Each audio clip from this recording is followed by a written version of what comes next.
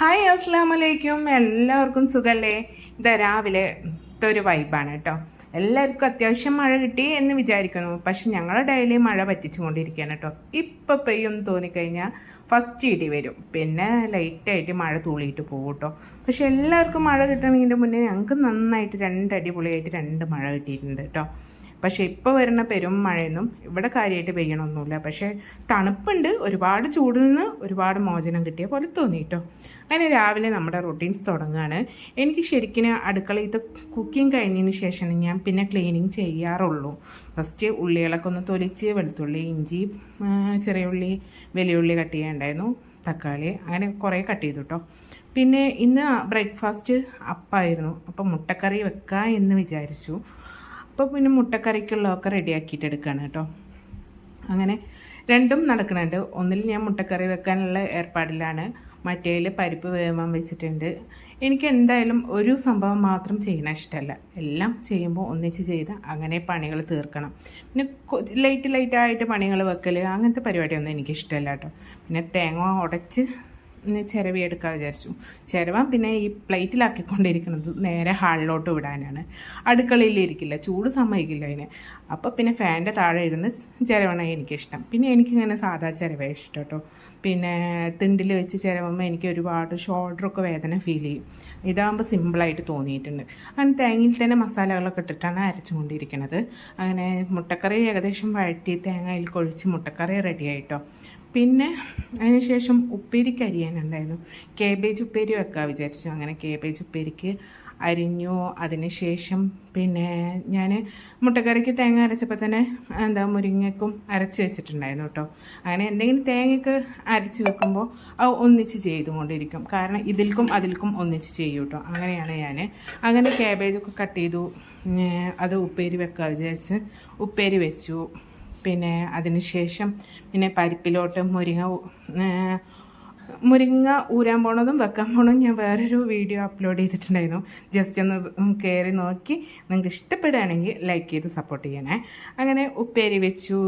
അതിന് ശേഷം നമ്മൾ പരിപ്പും മുരിങ്ങയും കറിയും വെച്ചു കേട്ടോ. എല്ലാ പണികളും തീർന്ന ഏകദേശം അതിന് ശേഷമാണ് പിന്നെ ഫുഡ് കഴിക്കണം, ബ്രേക്ക്ഫാസ്റ്റ്. അപ്പോഴത്തിന് ഹയമോളൊക്കെ എണീക്കാറുള്ളൂ, ഒരു 10-10:30 മണിയാവും. അങ്ങനെ അവൾക്ക് ഫുഡൊക്കെ പിച്ചി കൊടുത്തു കേട്ടോ. അപ്പം പിന്നെ ഞാൻ ഈ രാവിലെ നേരത്തെ ബ്രേക്ക്ഫാസ്റ്റും ഉച്ചക്കുള്ള ലഞ്ചും ഒക്കെ ഒന്നിച്ച് തയ്യാറാക്കാൻ ഒരു കാരണമുണ്ട്. ഇക്കാക്ക് മോർണിംഗ് 10 മണിക്ക് കൊണ്ടുപോകും ഫുഡ്. ഇത് രണ്ടും ഒന്നിച്ച് കൊടുത്തു വിടും കേട്ടോ. അതുകൊണ്ടാണ് ഞാൻ ഈ രാവിലെ ഇതെല്ലാം കറക്റ്റ് ആക്കണേ. എനിക്കൊരു സൺഡേ മാത്രമേ ഉള്ളൂ, അതൊന്നൊരു ഒഴിവുള്ളൂ. കാരണം സൺഡേ ഇക്ക ഒരു 10-10:30 മണിക്ക് ഷോപ്പ് ക്ലോസ് ചെയ്തിട്ട് വരും. അങ്ങനെ എല്ലാ പണികളും കഴിഞ്ഞുകൊണ്ടിരിക്കുമ്പോൾ അതാ നമ്മുടെ മീൻകാരൻ വന്നു. ഇക്ക പറഞ്ഞു വിടുക, നല്ല മീനുള്ള സമയത്ത് ഇവിടെ തന്നിട്ട് പോകാൻ പറയും. അപ്പം ഞാൻ സിലോപ്പി മീൻ കുട്ടികൾക്ക് ഇഷ്ടമാണ്, അത് മേടിച്ചു. അതിന് ശേഷം ഇക്കാക്ക് മത്തിയാണ് ഇഷ്ടം, കുറച്ച് മത്തിക്കറി വെക്കാറുണ്ട്, മത്തി എടുത്തു കേട്ടോ.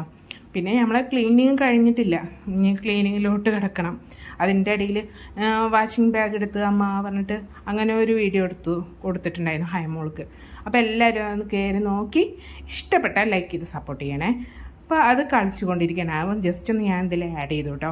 അങ്ങനെ പിന്നെ നമ്മുടെ ക്ലീനിങ്, ബെഡ് തട്ടൽ, കൊട്ടൽ, കർട്ടൻ തട്ടിക്കൊട്ടി വിരിക്കൽ. പിന്നെ ഈ കർട്ടൻ ഉണ്ടെങ്കിലും അവിടുന്ന് വെയിൽ ഉച്ചയ്ക്ക് ഒരുപാട് അടിക്കും. അപ്പം ഞാനതുപോലെ ബ്ലാങ്കറ്റ് ജസ്റ്റ് ആയിട്ടൊന്ന് ജനലിൽ തൂക്കി കൊടുക്കും കേട്ടോ. അപ്പോൾ നമുക്ക് റൂമിലേക്ക് അത് ഫീൽ ചെയ്യില്ല. അതിന് വേണ്ടിയിട്ടാണ് ഞാൻ ചെയ്യുന്നതിൻ്റെ കൂടെ എൻ്റെ കുട്ടിയുണ്ട് എന്നെ ഹെൽപ്പ് ചെയ്യാൻ. അവൾക്ക് അങ്ങനത്തെ സംഭവങ്ങളൊക്കെ ഇഷ്ടമാണ് കേട്ടോ. ഹൈമോൾക്ക് കൂടെ വരും, അമ്മ ഞാൻ ചെയ്തു തരാം, അല്ലെങ്കിൽ അമ്മ ഞാൻ മുറിച്ച് തരാം എന്നൊക്കെ പറയും. ഇപ്പം നല്ല ഹെൽപ്പിംഗ് മെൻറ്റാലിറ്റീൻ്റെ വലുതായി കഴിഞ്ഞാൽ എങ്ങനെയായിരിക്കും എന്നറിയില്ല. അങ്ങനെ തട്ടിക്കൊട്ടി ഒതുക്കി വെച്ച് ഞാൻ അടിച്ചുവാരലിലേക്ക് കടന്നു കേട്ടോ.